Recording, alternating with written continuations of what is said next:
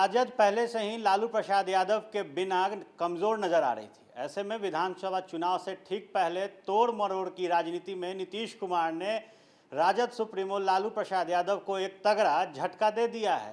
3 बड़े विधायकों को नीतीश कुमार अपने पार्टी में शामिल करवाएंगे। चर्चा बड़ी है, खास है। हमारे साथ हमारे सहयोगी गणेश सम्राट मौजूद हैं। गणेश, लालू प्रसाद यादव के समधी और सबसे पुराने विधायक हैं चंद्रिका राय, और कल वो जेडीयू में शामिल हो रहे हैं। देखिए आर्यन, लालू प्रसाद यादव के समधी ही लालू प्रसाद यादव के लिए आरजेडी के लिए बड़े झटका कह सकते हैं। नीतीश कुमार ने एक सोची समझी रणनीति के तहत इंतजार कर रहे थे नीतीश कुमार की कब आरजेडी के तरफ से कोई कदम उठाया जाता और इसके बाद कैसे बदला लिया जाए। नीतीश ने एक बार फिर से लालू प्रसाद यादव को झटका दिया है और ये बड़ा झटका है। इतनी जल्दी इस झटका से नीतीश कुमार का जो झटका है उससे लालू प्रसाद यादव या उनकी पूरी पार्टी उबर नहीं पाएगी। चंद्रिका राय सारण से आते हैं। बिहार की सियासत में बड़ा सियासी परिवार है, जिनके पिता खुद बिहार का मुख्यमंत्री रह चुके हैं। वो लगातार आरजेडी यानी लालटेन के सहारे बिहार में सियासत कर रहे थे लालू प्रसाद यादव की अगुवाई में। लेकिन ऐन वक्त पे लालू प्रसाद यादव के जो बेटे हैं तेज प्रताप यादव और चंद्रिका राय की जो बेटी है ऐश्वर्या राय के साथ जो शादी हुआ, जो राजनीतिक संबंध था वो पारिवारिक संबंध में बदल गया। लेकिन ये रिश्ता ज्यादा दिन नहीं चला। कुछ ही महीनों के बाद इस रिश्ते में दरार आई, कड़वाहट इस तरीके से बढ़ी कि रिश्ते टूट गए तो दिल भी अलग हो गए। दिल के साथ साथ अब दल भी अलग हो रहे हैं और ये बड़ा झटका कह सकते हैं कि लालू चंद्रिका राय के बाहर जाने से कैडेट वोट जो है वो कहीं ना कहीं बदलेगा। लालू प्रसाद यादव के गैर मौजूदगी में अगर चंद्रिका राय नहीं है, कैडेट नहीं रहेंगे तो कितना मुश्किल होगा। कैडर की बात नहीं है। देखिए, चंद्रिका राय के जाने से एक समाज पे प्रभाव पड़ेगा। और वैसे भी जो एमवाई समीकरण की बात की जाती है, आरजेडी को कहा जाता था कि यादव और मुसलमानों की पार्टी बनकर रह गई है।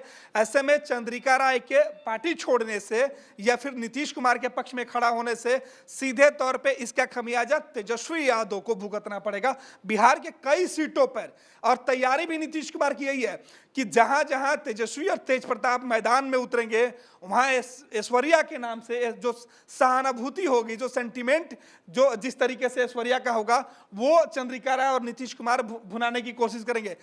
नीतीश कुमार को यह बात अच्छे तरीके से पता है कि जब परिवार बिखरता है तो उसका जो सेंटिमेंट है वो जनता को जल्दी पकड़ में आता है, वो जल्दी छू लेते हैं। तो ऐसे ही ऐश्वर्या की भी जो बातचीत है कि वो चुनाव के मैदान में उतरेंगी तो वो किन के साथ उतरेंगी, तो वो चंद्रिका राय के सहारे मैदान में उतरेंगी। भले ही चंद्रिका राय नीतीश कुमार के साथ गए हैं, लेकिन नुकसान जो है वो सबसे बड़ा जो नुकसान है वो आरजेडी को भुगतना पड़ेगा। लालू को चुनौती मिलेगी, तेजस्वी को चुनौती मिलेगी। और ये कोई पहली बात नहीं है।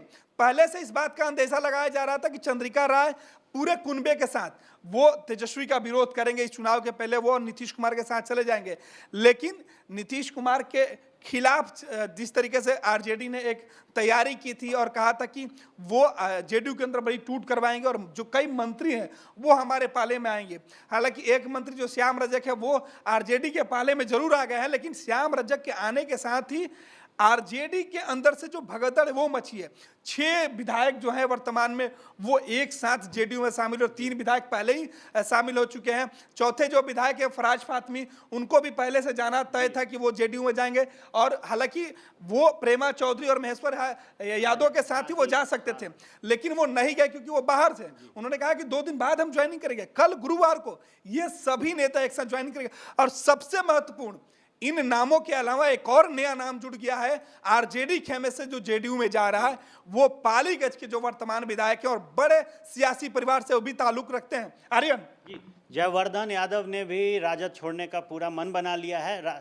जयवर्धन यादव कह सकते हैं आप कि राजद के एक दिग्गज नेता के पोता हैं, और ये जो दिग्गज नेता हैं इनके सहारे लालू प्रसाद यादव ने अपनी जो राजनीति है उसे मजबूत की थी। और जब 2015 में एक समीकरण बना था, आप कह सकते हैं कि ये समीकरण जो था एमवाई समीकरण प्लस नीतीश कुमार का समीकरण था, जिसमें जयवर्धन यादव वापसी किए थे पालीगंज से। पालीगंज एक ऐसा विधानसभा सीट है जहां बड़ी मुश्किल होती है एमवाई समीकरण को तोड़ना, लेकिन जब नीतीश कुमार उस समीकरण में आए थे तो मजबूती से ये समीकरण तय हुआ था। और जब अब जयवर्धन यादव जेडीयू में आएंगे तो चैलेंजेस बड़े हैं, लेकिन जो नुकसान है वो बड़े पैमाने पर राजद को हुआ है। बिल्कुल। जयवर्धन कौन थे? वो आरजेडी के कैडर वोटर थे और उसके बाद 2015 में पहली बार विधानसभा का चुनाव में वो चुन के आते हैं विधानसभा। और नीतीश कुमार और लालू प्रसाद यादव उस समय गठबंधन में होते थे। नीतीश कुमार के चेहरे पर वो चुनाव लड़ा गया था, लेकिन जो आरजेडी के वोटर थे वो लालू प्रसाद यादव को अपना नेता मानते थे।